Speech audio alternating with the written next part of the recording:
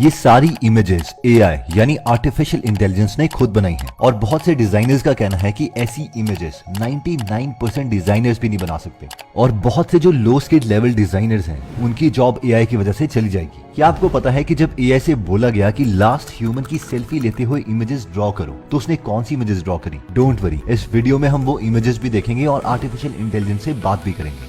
लेकिन पहले हम ये देखते हैं कि ऐसी कौन सी 3 चीजें हैं जिसमें एआई ऑलरेडी इंसानों से बहुत आगे निकल चुका है। तो आइए स्टार्ट करते हैं। सबसे पहली चीज आती है इन बायोलॉजी। जस्ट इमेजिन कि आपको यूरिन इन्फेक्शन हुआ है जिसके लिए आप एक टेस्ट करवाते हैं यूरिन कल्चर। 2 दिन बाद रिपोर्ट आती है और पता चलता है कि यूरिन कल्चर में एक बैक्टीरिया निकला है ई कोलाई, जो कि माइक्रोस्कोप के अंदर कुछ ऐसा दिखता है। आपको लगता है कि हाँ कोई बड़ी बात नहीं है, एक एंटीबायोटिक मेडिसिन खाऊंगा और ये एंटीबायोटिक इस बैक्टीरिया को मार देगी। आपको पता है कि रिपोर्ट के नीचे एंटीबायोटिक की लिस्ट दी होती है। जिस एंटीबायोटिक के आगे सेंसिटिव लिखा है इसका मतलब है कि वो एंटीबायोटिक आपके यूरिन में जो बैक्टीरिया है उसे मार देगी। जिस एंटीबायोटिक के आगे रेजिस्टेंट लिखा है यानी वो एंटीबायोटिक आपके यूरिन के बैक्टीरिया को नहीं मार सकती। नॉर्मली रिपोर्ट ऐसी दिखती है, कई एंटीबायोटिक्स के आगे सेंसिटिव होता है और कई रेजिस्टेंट, लेकिन आपके केस में हर एंटीबायोटिक के आगे रेजिस्टेंट लिखा आ जाता है, यानी दुनिया की कोई भी एंटीबायोटिक आपके यूरिन के इन्फेक्शन को खत्म नहीं कर सकती। अब ये छोटा सा इन्फेक्शन आपके लिए इतना छोटा भी नहीं रहा, अब आपको टेंशन होने लगती है। अब आप सोच रहे होंगे कि ये रिसर्चर्स कुछ करते क्यों नहीं आपको बचाने के लिए, लेकिन ये बेचारे कर रहे हैं। इनके पास 2 ऑप्शंस हैं। ऑप्शन 1,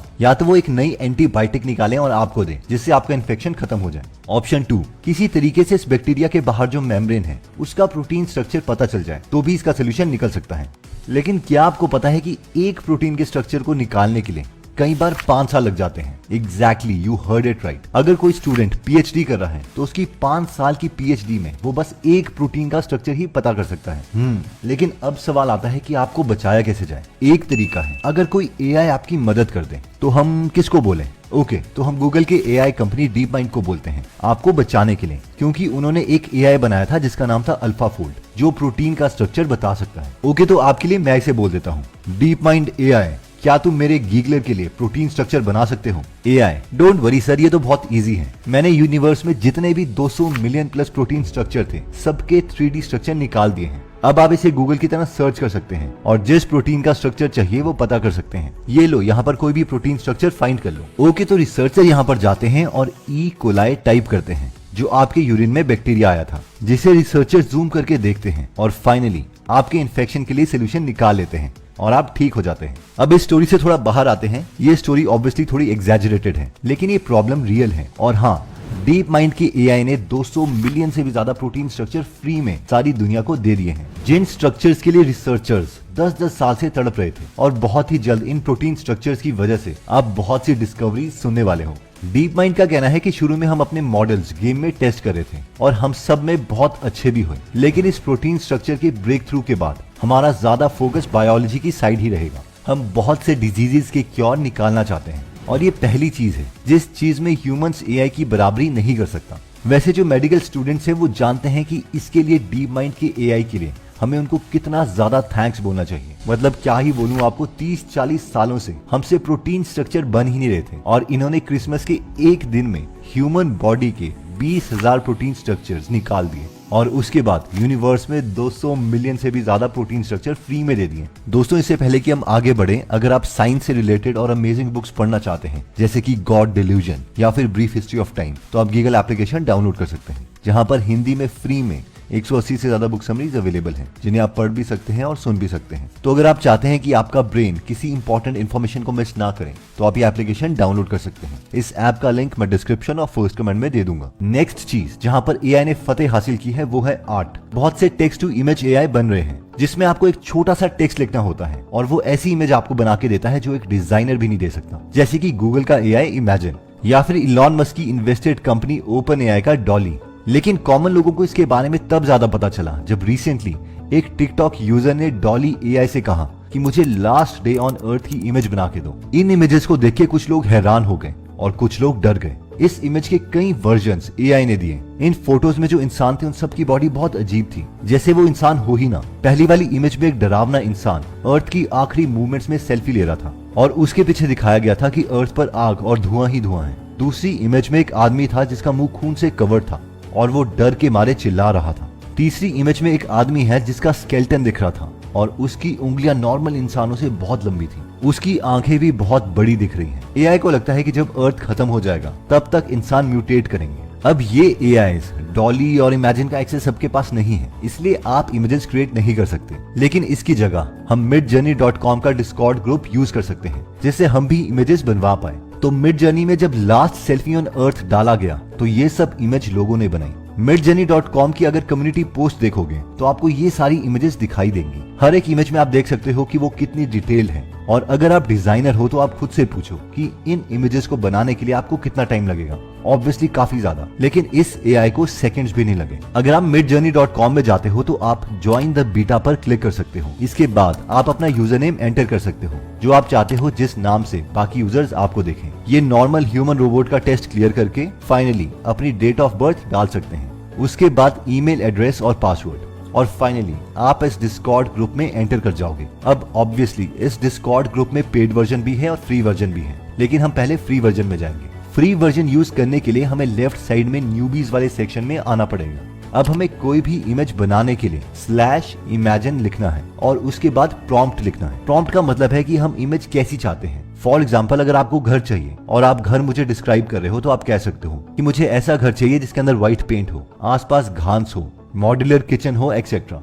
तो ये प्रॉम्प्ट है, इसलिए इसमें भी हम इसी टाइप की डिटेल लिखेंगे। फॉर एग्जाम्पल मैं लिख देता हूँ pink colour Taj Mahal, photo realistic, 4K octane rendered, highly detailed and enter का बटन प्रेस। अब ये एंटर करने के बाद हमें देखना पड़ेगा कि हमारा प्रॉम्प्ट कहाँ गया। अब क्योंकि ये फ्री वर्जन है तो बहुत से लोग इसे यूज कर रहे हैं, इसलिए हमें स्क्रॉल करके अपना खुद का प्रॉम्प्ट ढूंढना पड़ेगा। हम यहाँ देख सकते हैं कि यहाँ पर परसेंटेज इंक्रीज हो रही है, जिसका मतलब है कि ये एआई हमारी इमेजेस बना रहा है। ये टोटल हमें 4 वर्जन बना के देगा। फिर इन 4 वर्जन में से हमें जो भी ठीक लगता है हम U1, U2, U3 या U4 प्रेस करके उसकी डिटेल्ड इमेज निकलवा सकते हैं। फॉर एग्जाम्पल, ये पहली इमेज मुझे ठीक लग रही है तो मैं UI प्रेस कर सकता हूँ और अब ये इमेज को थोड़ा और क्लियर कर रहा है। और फाइनली ये रही हमारी इमेज। नॉट बैड, पर उतनी भी इंप्रेसिव नहीं है।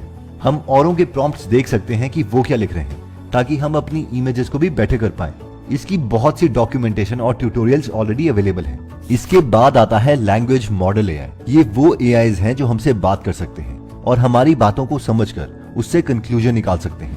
इनमें इंक्लूडेड है गूगल का एआई पाम, जिसका फुल फॉर्म है पाथवेज लैंग्वेज मॉडल, जो जोक्स को समझ सकता है और इवन की ये भी बता सकता है कि वो जोक फनी क्यों है। तो आइए इससे कुछ जोक्स पूछते हैं। जब आप भी ये जोक सुनो तो आप भी इवैल्यूएट करना कि आपको ये जोक कितने समझ आए। ओके, तो जोक ये है, मुझे 6 बजे स्टडी स्टार्ट करनी थी, लेकिन 10 मिनट के लिए मैंने गेम खेलना स्टार्ट कर दिया और 10 मिनट के बाद जब मैंने घड़ी देखी तो उसमें 9 बज चुके थे। ओके, तो ये जोक एक्सप्लेन करो। जोक ये है कि टाइम कितनी जल्दी पास हो जाता है अगर कोई मस्ती कर रहा होता है। इस इंसान को 6 PM पर पढ़ाई स्टार्ट करनी थी, लेकिन ये गेम में इतना खो गया कि जो उसको 10 मिनट लगे एक्चुअल में वो 3 आवर्स है। जोक 2, मैं अपनी फैमिली को मिलने के लिए 6 अप्रैल को जा रहा था। फिर मेरी माँ ने मुझसे कहा, वेरी गुड, आ जाओ, तुम्हारे स्टेप डैड की पोइट्री का फंक्शन भी उसी दिन है, इसलिए अब मैंने अपनी फ्लाइट की टिकट 7 अप्रैल को बुक कर दी है। ओके, तो इस जोक को एक्सप्लेन करो। इसमें जोक ये है कि इस इंसान की माँ चाहती है